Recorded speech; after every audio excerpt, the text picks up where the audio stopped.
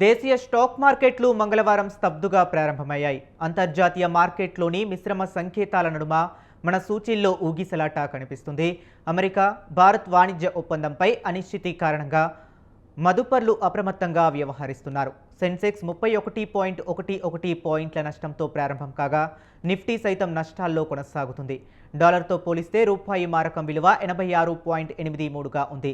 Nifty సూచీలో IndusInd bank, JSW steel, Jio financial, GNGC, Tata consumer products షేర్లు లాభాల్లో ఉన్నాయి.